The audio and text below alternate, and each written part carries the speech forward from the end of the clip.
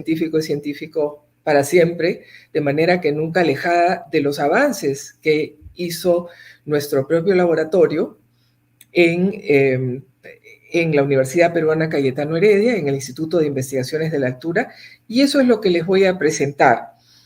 Más o menos una puesta al día de los aportes que hemos hecho en el pasado, pero también en el presente con respecto a qué sabemos de este síndrome que es tan presente en nuestras poblaciones de altura, tan importante para nosotros como es el mal de montaña crónico o enfermedad de Monge. Voy a compartir.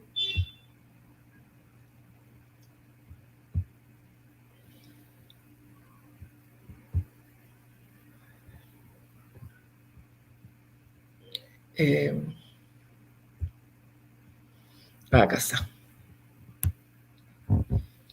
¿Lo pueden ver? Buenas tardes, doctora. Sí se observa. Perfecto. Entonces, comienzo. Voy a poner en modo presentación. ¿Está bien ahí también? ¿Se ve bien? Sí, doctora. Solo si hay quizás que se pueda presentar que no pasen las diapositivas al momento de compartir, tendría que seleccionar la opción pantalla completa. Solo esa acotación en caso no pase. Perfecto. Bueno. Ok, gracias. Entonces, sí, aquí estamos bien. La pueden ver, ¿no? Esta es la segunda diapositiva. Sí, doctora. Perfecto. Entonces, vamos a comenzar describiendo el mal de montaña crónico o enfermedad de Monge, que ustedes en Puno lo conocen muy, muy bien.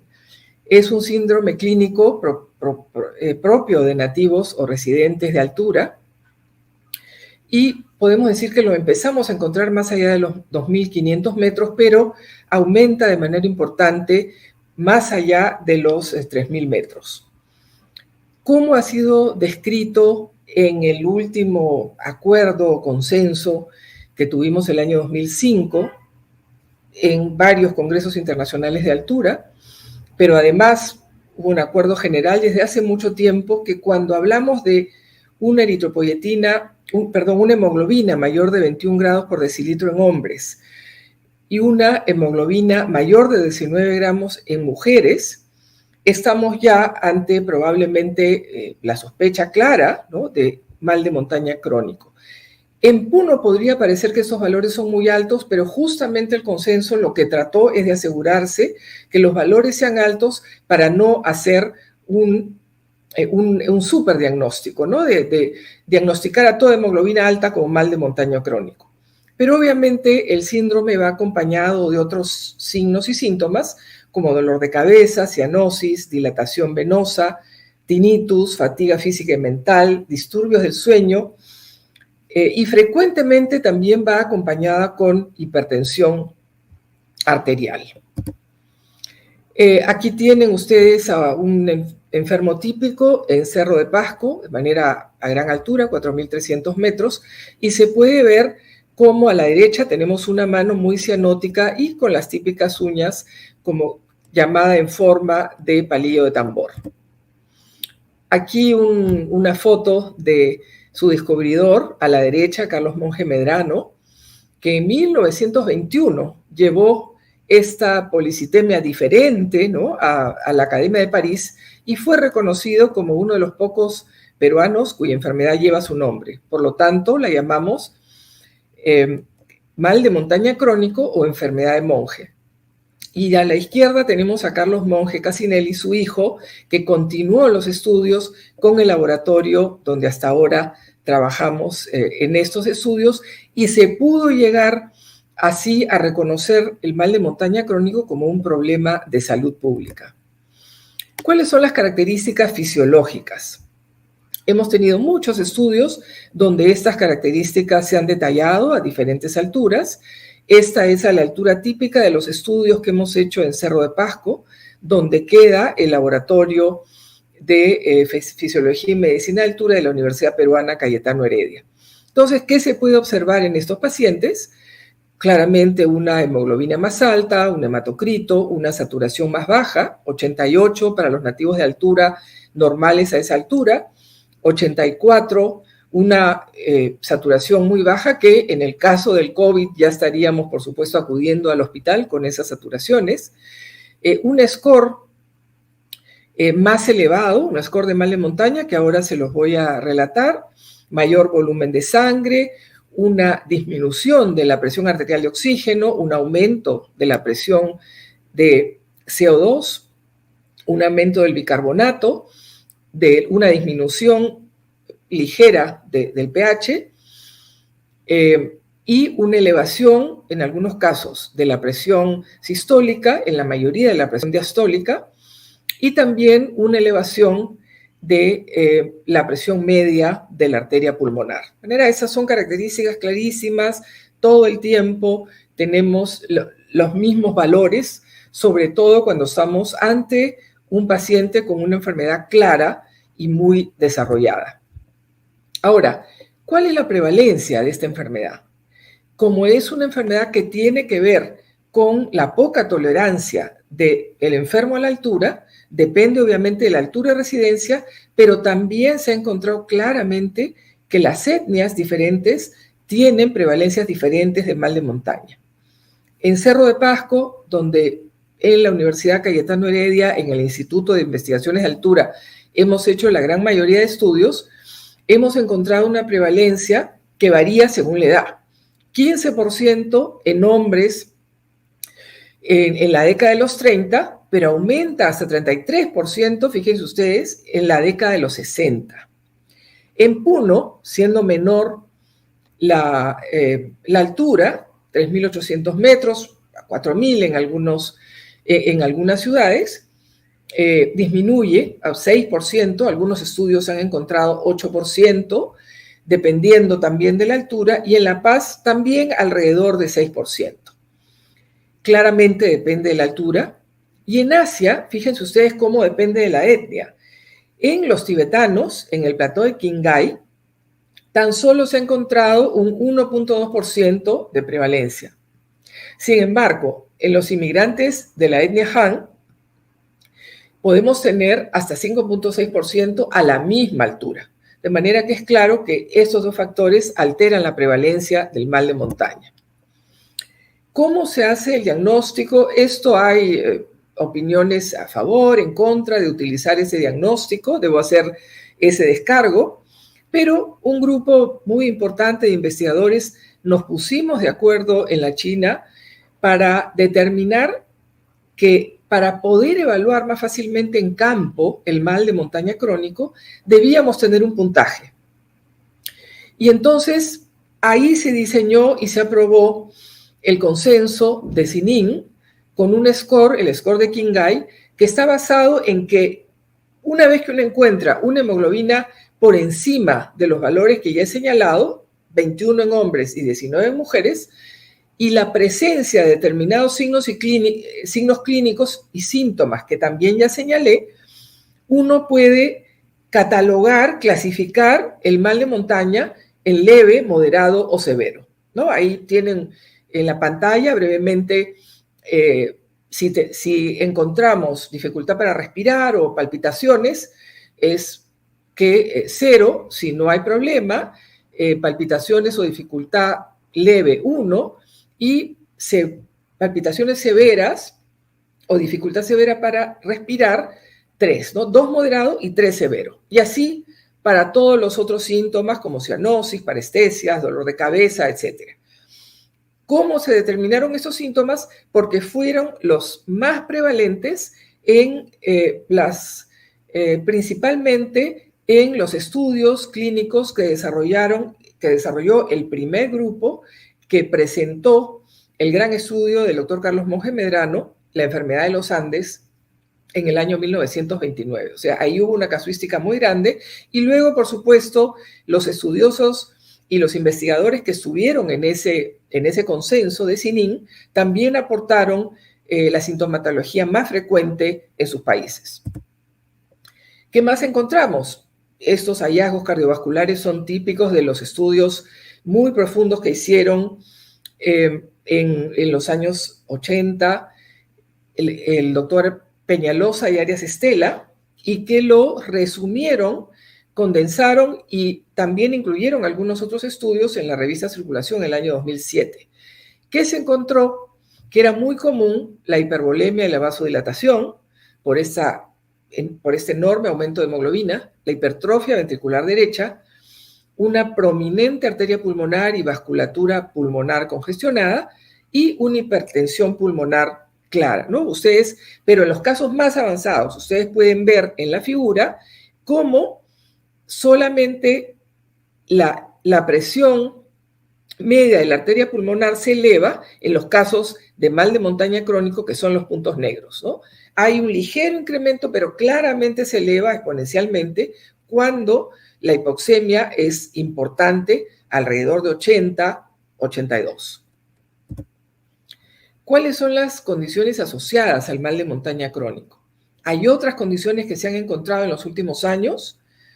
Ahí tienen ustedes la literatura: disfunción vascular, síndrome metabólico. Esto se ha ido determinando ya en 2 o 3 estudios, es decir, el mal de montaña crónico se encuentra asociado a todo el síndrome metabólico o a algunos de sus indicadores, como puede ser triglicéridos elevados, niveles reducidos de HDL, hipertensión sistólica o diastólica o resistencia a la insulina. Claro, ojo que hay que tener claro que el mal de montaña crónico avanza también con la edad, pero además se han encontrado aumento de marcadores proinflamatorios y presencia de estrés oxidativo. También daño inflamatorio y oxidativo del endotelio vascular. Aquí no debería llamarnos la atención si obviamente con hemoglobinas muy importantes, la viscosidad también es muy importante y puede explicar todo este daño inflamatorio y el estrés oxidativo del endotelio vascular. ¿Pero qué causa la hipoxemia? Ustedes, médicos expertos en altura, saben que hay muchos aspectos que pueden llevarnos a la hipoxemia. Lo que nosotros encontramos ya hace algunos años y que zanjó, creo yo, la diferencia o más bien la diferencia de opiniones que había entre si era la hipoxia ventilatoria aguda que se vuelve atenuada en los nativos de altura sanos, como pueden ver en la gráfica A del medio, cómo se atenúa, es decir, se empieza a perder esa respuesta ventilatoria aguda que se tiene a nivel del mar ante la hipoxia. Ustedes pueden ver ahí en la gráfica del medio cómo va cayendo la saturación, la ventilación en los nativos de nivel del mar es muy importante y sin embargo está atenuada en los nativos sanos y también en el mal de montaña crónico, y en las gráficas de abajo pueden ver que no hay ninguna diferencia. Es decir, no hay una diferencia de la respuesta ventilatoria a la hipoxia aguda, que es lo que por mucho tiempo se creyó que esa atenuación podía ser la causa de la hipoxemia. Sin embargo, cuando estudiamos con la Universidad de Oxford, con el doctor Peter Robbins, la sensibilidad ventilatoria al gas carbónico utilizando una frecuencia multivariable, una serie de frecuencias multivariable, que quiere decir que es un análisis de Fourier cuando se dan diferentes golpes de diferencias de CO2 de 8 torr de diferencia, ¿no? Llegamos hasta 8 torr de diferencia de N-tide al CO2, al cual le ponemos a la persona. Entonces, pueden ver en la gráfica de arriba cómo responde un nativo de nivel del mar, uno de altura y uno de mal de montaña crónico. Entonces, se puede ver que es la respuesta al CO2 con esos golpes de PCO2 que vemos más arriba, respuesta ventilatoria al CO2 que está atenuada en los pacientes con mal de montaña crónico, que es la gráfica de abajo de la derecha, ¿no? Esto también se ha encontrado en animales y por lo tanto es lo que está perturbando la respuesta que normalmente es como todos ustedes saben, es una respuesta adecuada entre los receptores periféricos y los receptores centrales, es en realidad la hipoventilación central mediada por los quimioreceptores de CO2 los que están generando más esta hipoxia crónica. Los quimiorreceptores de CO2, entonces, parecería que están operando alrededor de una presión de CO2 tidal en reposo con valores más elevados que los nativos de altura sanos, ¿no? Esto quiere decir que, si bien es cierto, el nativo de altura se encuentra a un nivel no de respuesta a la hipoxia aguda, sino a un nivel mayor de PCO2, de respuesta al PCO2, tiene una mejor ventilación. En el caso de los enfermos con mal de montaña, se incrementa esta respuesta ventilatoria basal al PCO2 y se acerca un poco, como hemos visto en una de las primeras diapositivas, a la respiración, a la ventilación de nativos de nivel del mar, al PCO2 en realidad, ¿no? Entonces ahí tenemos que probablemente el nativo de altura es menos sensible a este juego que tenemos a nivel de los receptores centrales entre el CO2 y el bicarbonato. Y al final acaba teniendo una respuesta menor y por lo tanto una presión tidal de CO2 mayor. Pero ese es el factor respiratorio. Pero ¿qué otros factores encontramos que cambian con la edad y por lo tanto ponen a las personas en riesgo de mal de montaña crónico? Uno de ellos es la edad. Hemos demostrado ya hace un buen tiempo que claramente el mal de montaña aumenta con la edad y esto después se ha mostrado en otras poblaciones.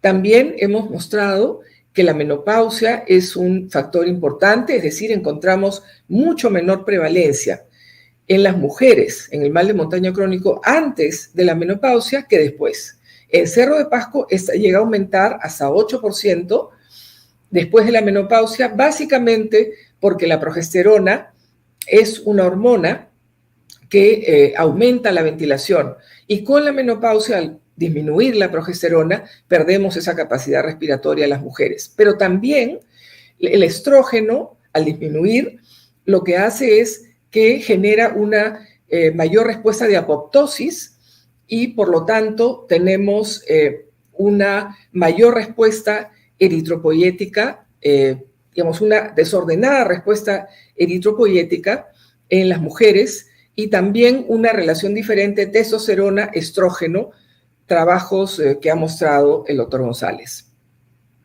Luego también cualquier disfunción pulmonar obstructiva crónica que genera hipoxemia a nivel del mar va a generar un mayor riesgo de mal de montaña crónico.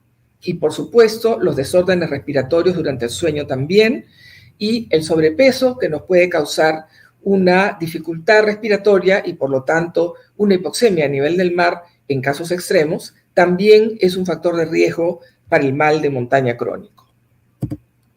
Entonces, ¿cuál es la secuencia patofisiológica clásica? Disminuye la ventilación o disminuye la saturación por una hipoxemia causada por una disfunción de la respuesta respiratoria al CO2 o por los factores de riesgo que hemos señalado o por un fenómeno hormonal.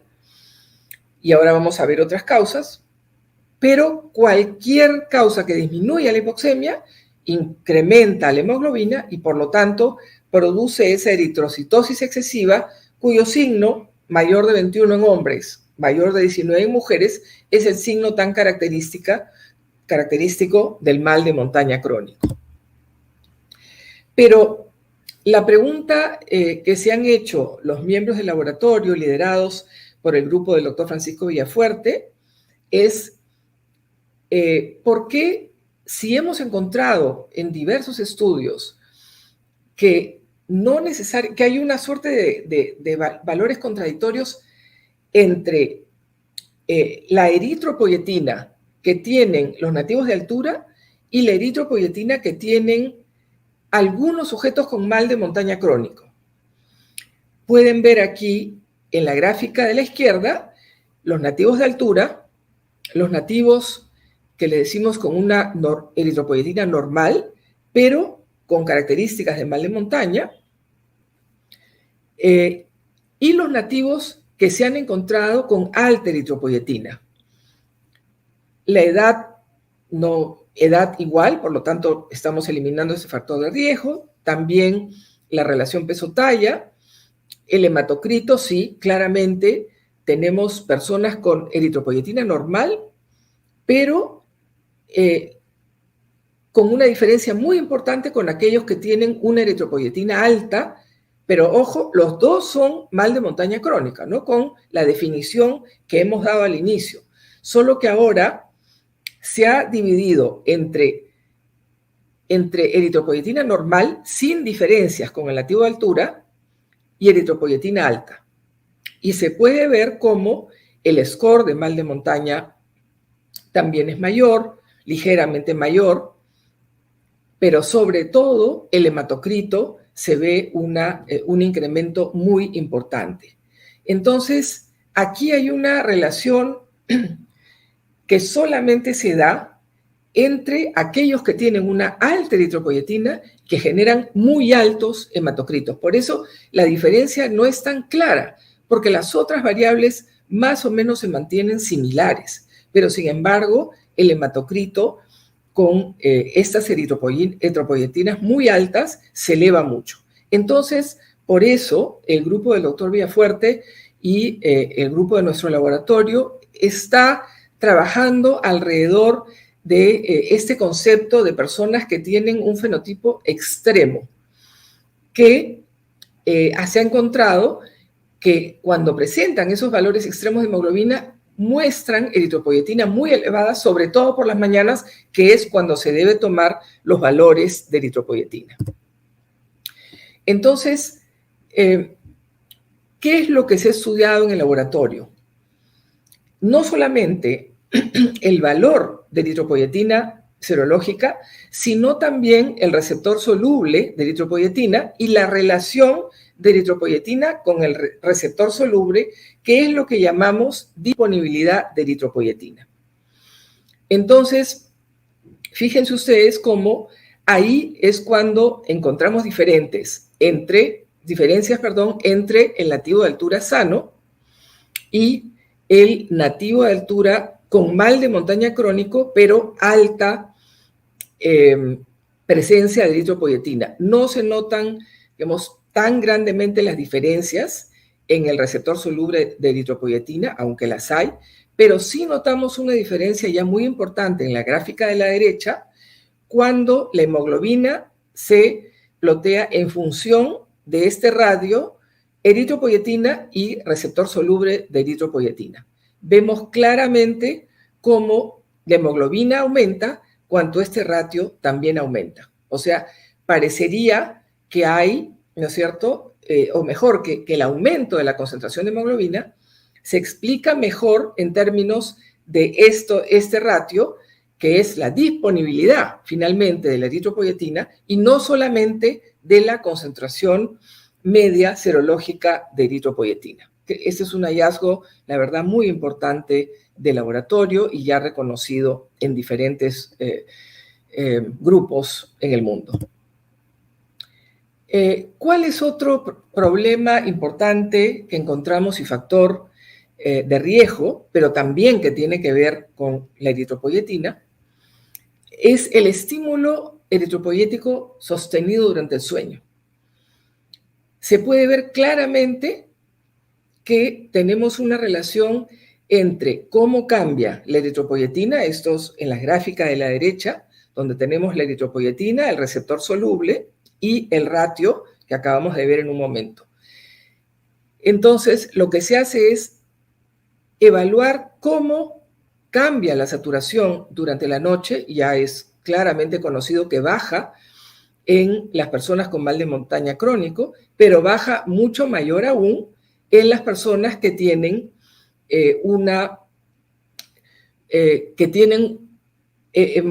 valores de hemoglobina mucho más altos porque tienen también valores de eritropoyetina más altos. Y esto se ve claramente en la gráfica de la derecha, ¿no? Cómo tenemos enfermos con mal de montaña crónico con mayores eritropoyetinas, pero lo que se ve claramente es cómo va aumentando esa disponibilidad, ese ratio, de EPO-disponibilidad conforme vamos pasando de estar despiertos a empezar en la fase de sueño, cuando empezamos a dormir, la cuarta fase del sueño y cuando volvemos a despertar. O sea, hay una relación clara entre esta proteína, la eritropoyetina soluble y el ratio entre la eritropoyetina y el receptor soluble de eritropoyetina. De manera que, ¿qué nos indica esto? Que estaríamos teniendo dos grupos de personas con mal de montaña crónico, donde unas de ellas tienen una eritropoyetina más o menos normal y las respuestas de hemoglobina son importantes, pero no se diferencian con respecto a la eritropoyetina, pero otra población donde ambas respuestas son claramente diferentes. Y eso se pudo comprobar, por lo menos una relación, cuando se secuenció el genoma completo y se encontraron cambios genéticos, pero además los funcionales que acabo de señalar y otros, relacionados a las diferencias de la eritropoiesis en pacientes de mal de montaña. Se encontraron dos regiones candidatas con cambios significativos en la frecuencia entre las personas que no tenían mal de montaña y las personas con mal de montaña. Y también se separaron células, fibroblastos cultivados, y se cultivaron de biopsias de piel y se expusieron por 24 horas a 1.5% de oxígeno. Y ustedes pueden ver cómo hay una clara diferencia en cómo responden los genes relacionados a los cambios genéticos y funcionales que están relacionados a la eritropoiesis de las personas con mal de montaña y los que no tienen mal de montaña. O sea, esto nos indica que efectivamente en estos grupos, sobre todo aquellos que responden de manera importante, tendríamos algunas diferencias, tanto en el receptor soluble de eritropoyetina como en algunos genes que tienen que ver con la respuesta eritropoyética, genética y funcional sobre todo. Entonces, bueno, cerrando esa parte, vemos que es un síndrome bastante complejo porque puede tener un componente funcional que llega conforme avanzamos nuestra vida en hipoxia crónica, como había señalado al principio, una disminución de la respuesta al CO2, por lo tanto, de la regulación ventilatoria a nivel de los receptores centrales de CO2. Esa es una primera causa, pero puede estar además relacionado a esos factores de riesgo que hemos señalado: menopausia, edad, sobrepeso, enfermedades respiratorias, pero también podemos tener pacientes que tienen un componente genético, ¿no? Es decir, que su respuesta eritropoyética es más sensibilizada a el estímulo de la hipoxemia. Y por lo tanto, esas personas estarán más en riesgo de tener mal de montaña crónico, aún si no tienen los factores de riesgo.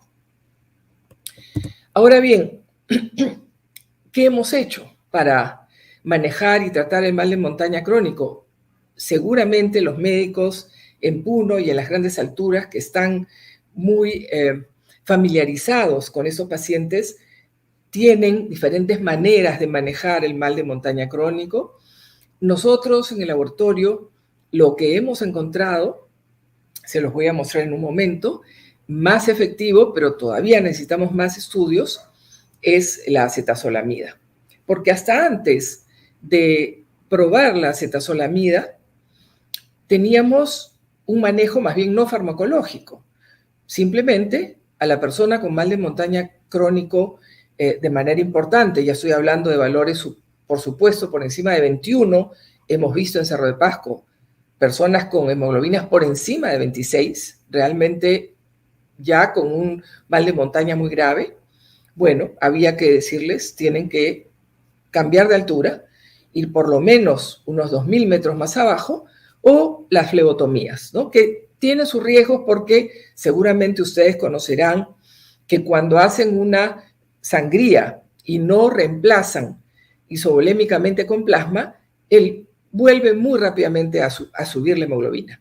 Cuando hay un reemplazo y se hace una flebotomía isovolémica, es mejor, dura algunos cuantos meses más, según hay reportes, sobre todo en Cerro de Pasco, que los que más hemos conocido, y en La Oroya, pero no es pues una solución definitiva. ¿Qué es lo que en el laboratorio estudiamos con la Universidad de París 13, particularmente con el profesor Richalet, que muchos de ustedes lo deben conocer porque ha trabajado muchos años en el Perú y Bolivia? Probamos la acetazolamida. Como ustedes saben, la acetazolamida es una droga acidificante y lo que hace es estimular los quimiorreceptores. Y las personas ventilan claramente más. Entonces, pensamos si la acetazolamida responde para el soroche o mal de montaña agudo, mejorando la ventilación principalmente, ¿por qué no funcionaría para el mal de montaña crónico? Y efectivamente hicimos los estudios ya en el 2005 y encontramos que hay un aumento de la presión arterial de oxígeno, disminuye el hematocrito y la eritropoyetina. Aumenta la saturación nocturna, eso también ya se había descubierto para los casos de mal de montaña agudo, y disminuye las apneas, hipoapneas y la resistencia pulmonar vascular. De manera que es muy clara la acción de la acetazolamida en el mal de montaña crónico.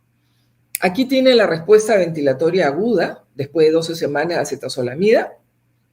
Fíjense ustedes, tienen ventilación en función de la presión tidal de CO2, como hay claramente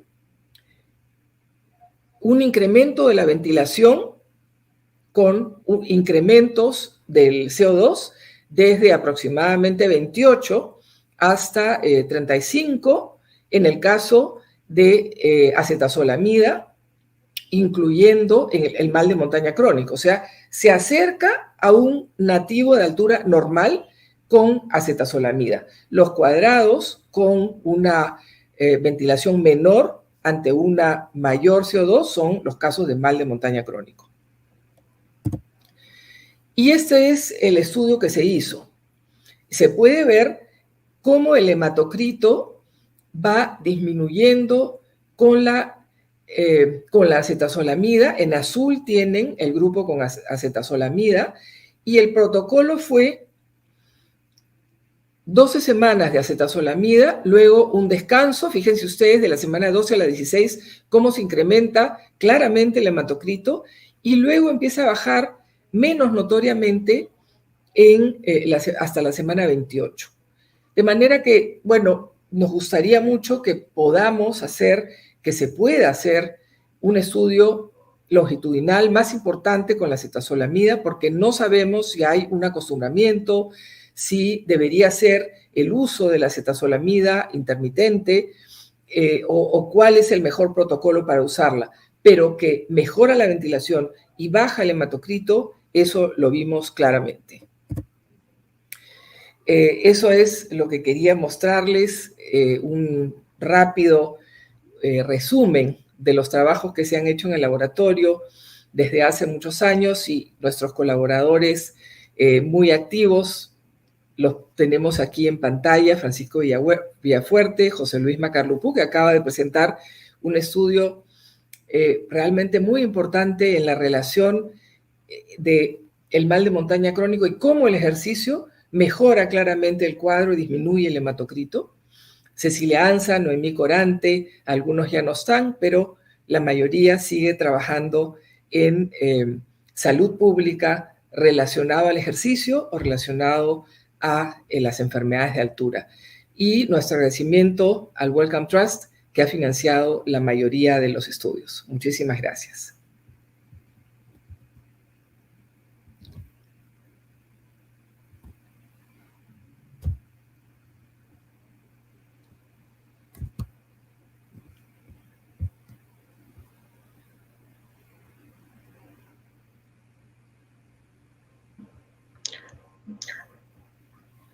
Muchas gracias, doctora, por la excelente ponencia que nos acaba de dar. Es No de sé verdad si tienen muy... Sí, algunas preguntas. están empezando con las preguntas algunas. Si podemos esperar, por favor, unos segundos. Sí, claro. Muchas gracias.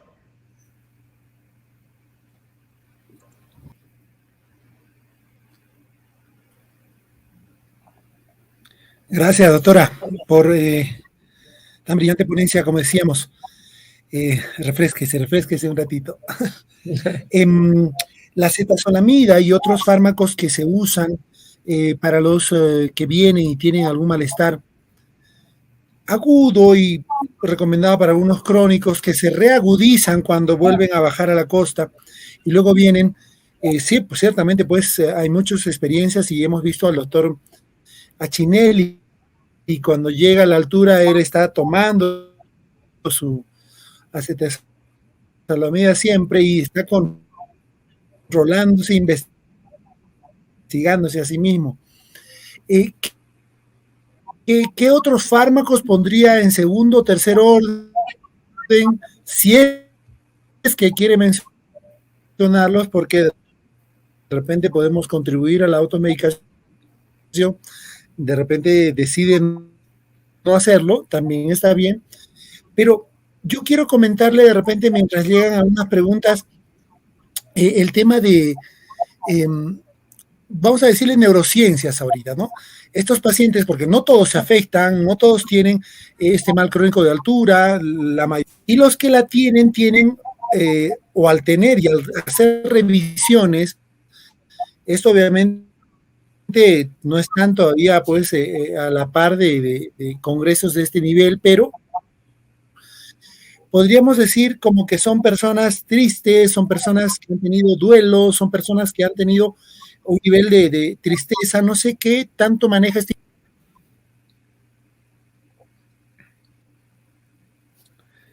Sí, no escuché la última parte de la pregunta, pero creo que se refiere a la tristeza, ¿no? De esas personas que ustedes han observado.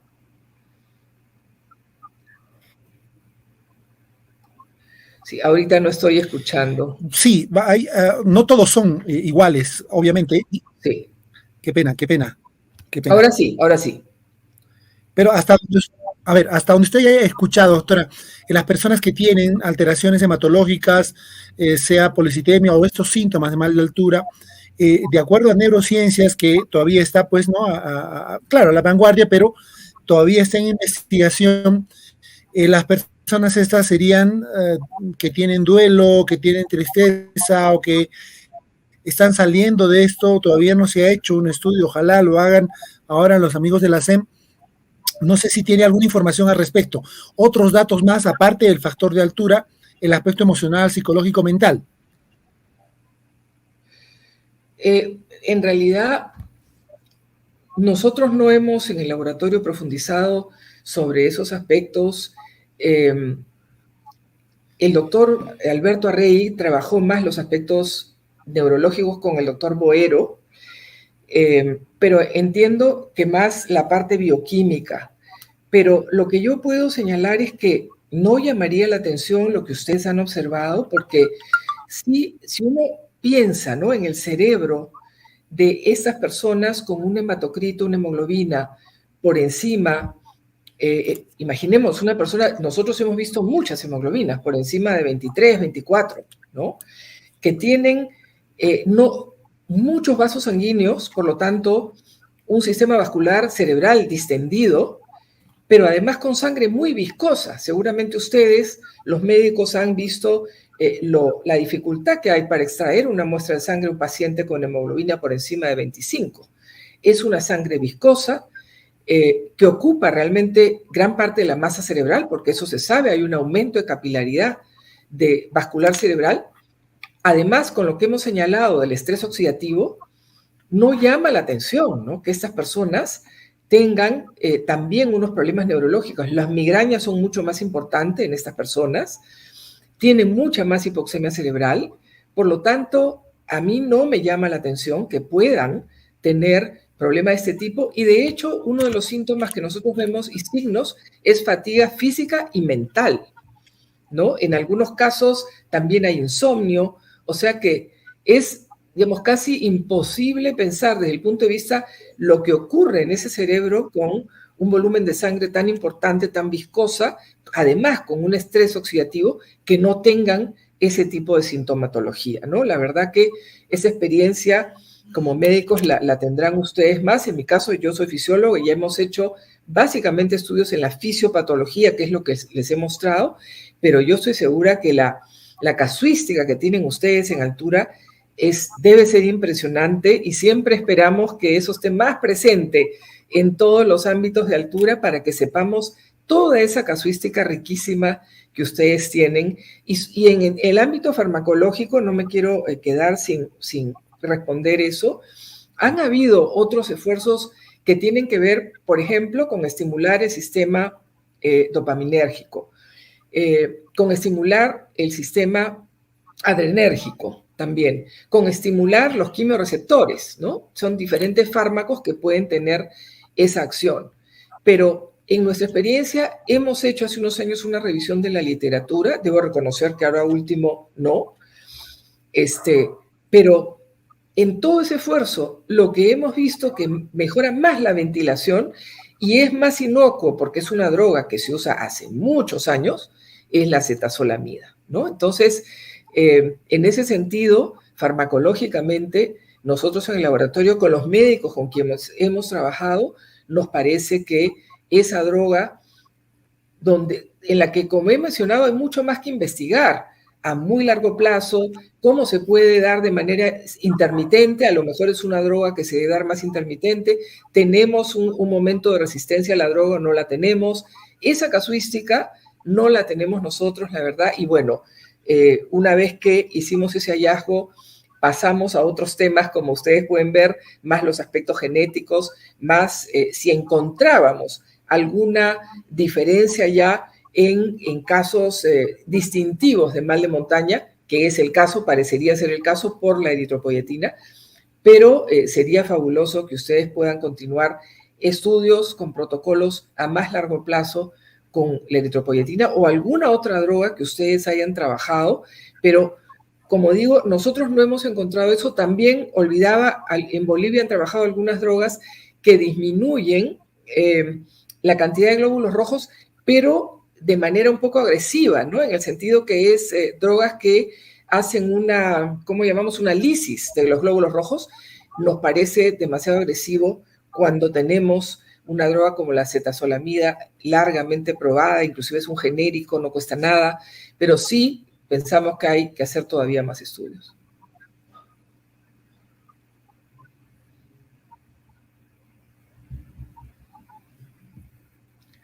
Qué pena, no escucho. Tal vez por el chat. Doctor. Gracias, doctora, por ese comentario y esa respuesta. Oh. Hola, hola. Ahora sí. A ver. ¿Se va la voz? Hola, hola. Ahora sí, creo. ¿Se escucha? ¿Me avisa, por favor? Perfecto. Ok, gracias, doctora. Sí, hay un desfase de algunos segundos. Sí, hay que tener paciencia. Y mientras esperamos alguna otra pregunta, esta idea de repente de investigación para los nuestros y para todo vuestro grupo, usted que ha tenido la experiencia en Concitec, la experiencia de un rectorado, la experiencia de la Academia de Ciencias, ¿no? En nuestro Perú, la idea de investigar no solo a los que tienen síntomas, sino también a los que no tienen síntomas, y no solo no tienen síntomas, sino hacen ejercicios a grandes alturas y les va muy bien.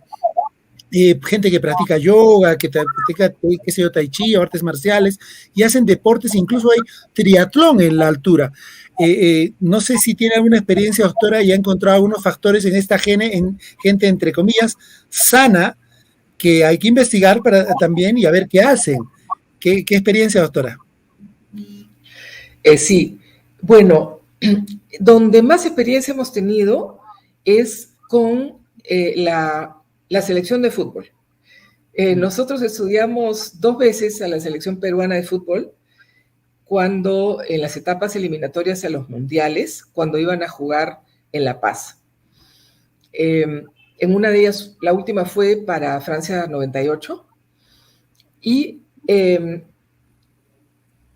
lo que nosotros evaluamos, y después hemos evaluado a algunos jugadores, hemos trabajado también con la maratón de Cerro de Pasco, ¿no? Que son los maratonistas de todo el Perú de altura, que van a hacer la maratón a 4.300 metros, donde no pueden ahí, realmente ningún atleta de nivel del mar puede hacer esa maratón, ¿no? Solamente es para los superhombres de altura. Hemos hecho algunos estudios también, y a ver, lo dividiría en dos aspectos. El primero, en estos jugadores de la selección peruana, que son jugadores de nivel del mar, pero muy entrenados, ¿no? Obviamente tienen una capacidad atlética muy importante para jugar un deporte como el fútbol de largo aliento.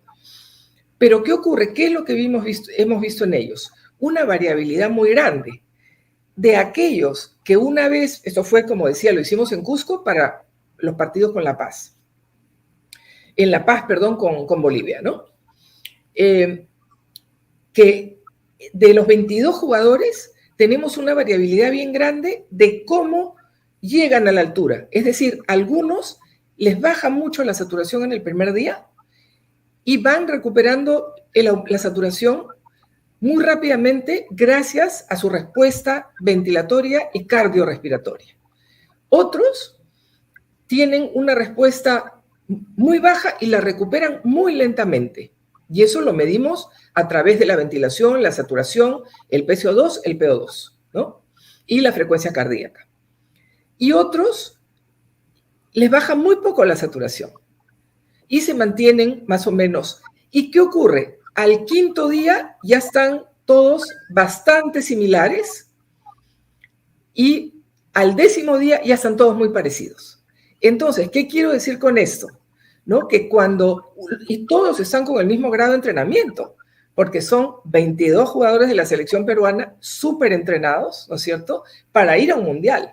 Entonces, el nivel es muy parecido y hemos hecho esto 2 veces, ¿no?, con 44 jugadores. Entonces, ¿qué quiero decir con esto? Que la tolerancia o cómo responde uno a la altura es muy variable. Depende de qué, de la primera respuesta de los quimiorreceptores periféricos y de los receptores centrales. Entonces, ¿qué es lo que importa? Lo que importa es la capacidad intrínseca para ser un buen deportista en la altura. ¿Por qué? Porque cuando uno está en la altura, el consumo de oxígeno máximo baja necesariamente, ¿no? Eso hay unas curvas conocidísimas de cómo baja el consumo de oxígeno máximo.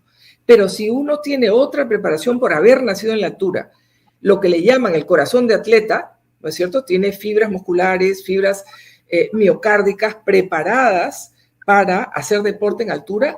La desventaja de tener un menor VO2 máximo la cubre con tener un corazón de atleta y un sistema cardiorrespiratorio de atleta.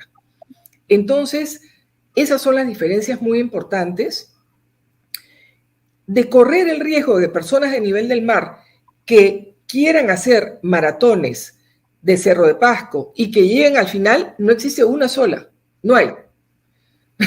Así que no se puede correr la maratón de Cerro de Pasco siendo de nivel del mar, ¿no? Llegar al final, me refiero, pueden correr unos cuantos kilómetros. Pero sin embargo, haber nacido en la altura confiere características de atleta, lo vemos en las maratones mundiales, que debíamos explotar como peruanos, ¿no?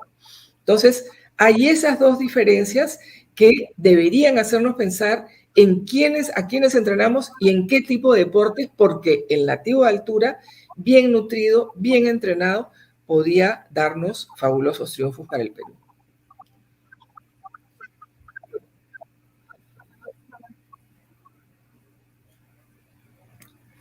Muchas gracias, doctora. Ojalá se esté escuchando y pues seguramente pasaríamos muchos minutos, muchas horas escuchándola y vamos a buscar sus artículos. Invitamos al auditorio y a los que vean esta grabación en el YouTube o donde se enteren, a revisar los artículos de la doctora Fabiola León Velarde Cerveto. Doctora, de verdad le cuento que hay maratonistas. Este fin de semana tenemos un 10K también con todos los ciudadanos celebrando el aniversario de Puno, y hay muchísimos cientos que transitan las calles de Puno, y ojalá nos investiguen y nos estudien a ver qué más está pasando con nosotros, y pues ojalá pronto maratones. El ciclismo también se ha vuelto enormemente popular en esta pandemia. Le cuento como una anécdota para terminar, doctora, a ver si me comenta algo. Cuando niño, uno de mis primeros viajes fue a Tacna, a la costa, y al llegar a Tacna, yo tuve un tinnitus, seguramente por el cambio de presión y estas cosas, enorme, fuerte, muy doloroso, que viéndolo en retrospectiva yo acuso al cambio de presión y al bajar, entonces como un mal de costa agudo, una cosa así. No sé si eso nos pasa a los que estamos pues en la altura, ¿no? 4.000 metros. Si hay algún, bueno, habría que investigar eso también, hay mucho más que hacer, por supuesto, si quiere comentar esto, y si no, por favor, doctora, su despedida, por favor. Gracias, sí. Eso es muy interesante porque una de las cosas que sí se han evaluado en los nativos de altura que bajan a nivel del mar es que, si bien es cierto, no tienen ningún problema con el manejo del oxígeno, porque justamente ellos están preparados a vivir con menos oxígeno, ustedes, ¿no? Pero sin embargo, sí hay como un cambio agudo de la percepción de los receptores de presión, no de oxígeno, sino de presión, y también de los receptores de temperatura.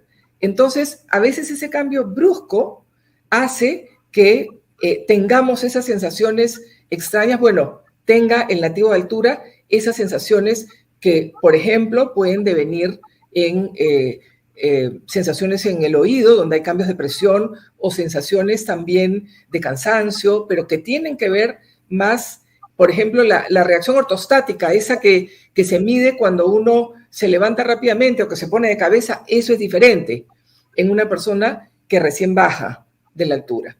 Entonces, pero la respuesta corta son más receptores de presión que receptores de oxígeno, ¿no? Hasta donde tenemos entendido. Y bueno, despedirme. Realmente, aquí veo una pregunta, no sé si puedo... Gracias, doctora. ¿Hay una pregunta?